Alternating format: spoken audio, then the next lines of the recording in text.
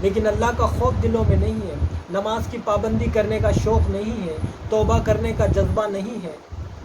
تو یہ سستی نہیں تو اور کیا ہے؟ جب آدمی موت سے غافل رہتا ہے تو عبادت کرنے میں قدرتی طور پر سستی ظاہر ہوتی ہے اور نشاط کافور ہو جاتا ہے۔ اول تو عبادت کرتا ہی نہیں، اور کرتا بھی ہے تو وہ طبیعت پر نہایت ہی گراں گزرتی ہے۔ کب عبادت سے بھاگوں، کب مسجد سے بھاگوں، کب نماز ختم ہوگی، یہ اس کی طبیعت بن جاتی ہے۔ یہ گرانی صرف اس بنا پر ہے کہ آدمی کو ایک استحضار نہیں رہتا کہ ہم سے مرنے کے بعد ان ذمہ داریوں کے بارے میں سوال کیا جانا ہے اور اللہ کی بارگاہ میں حساب دینا ہے، اس سے غفلت برتتا ہے۔ اگر خدا نخواستہ وہاں رضائے خداوندی کے مطابق جواب نہ ہوا تو ایسی رسوائی ہوگی جس کے مقابلے میں دنیا کی ساری رسوائیاں اور ہیچ نظر آتی ہے۔ اللہ اکبر۔ میرے پیارے آقا صلی اللہ تعالیٰ علیہ وسلم کے پیارے دیوانوں، ہر حال میں اللہ کی بارگاہ میں ہمیں خوف سے زندگی گزارنا ہے کہ آنے والا لمحہ ہمارے لیے کون سا پیغام لاتا ہے، جس کی وجہ سے ہم موت کے آغوش میں چلے جائیں گے اور قبر میں جانے کے بعد پچھتانے کے بعد کچھ حاصل نہیں ہوتا۔ بس اللہ کی بارگاہ میں یہی دعا کرتے رہو کہ اے اللہ، مرنے سے پہلے سچی توبہ کی توفیق دے، جو بچی کچی زندگی ہے تیری عبادت میں گزارنے کی توفیق دے، تیرے پیارے حبیب صلی اللہ علیہ وسلم کی پیاری سنتوں پر عمل کرنے کی توفیق دے۔ کل تک اپنے چہرے سے داڑھی منڈا رہے تھے، داڑھی رکھنے کی توفیق دے۔ قرآن پڑھنا نہیں آتا تھا، قرآن پڑھ کر تیرے کلام پاک کی تلاوت کرنے کی توفیق دے۔ اس طریقے کے اللہ سے دعا مانگیں گے تو ہو سکتا ہے کہ ہماری ٹوٹی پھوٹی دعا اس کے پیارے حبیب کے صدقے میں قبول فرما لے، تو دونوں جہاں میں ہمارا بیڑا پار ہو جائے گا۔ اللہ تعالیٰ مجھے کہنے سننے سے زیادہ عمل کی توفیق عطا فرمائے۔ السلام علیکم ورحمۃ اللہ وبرکاتہ۔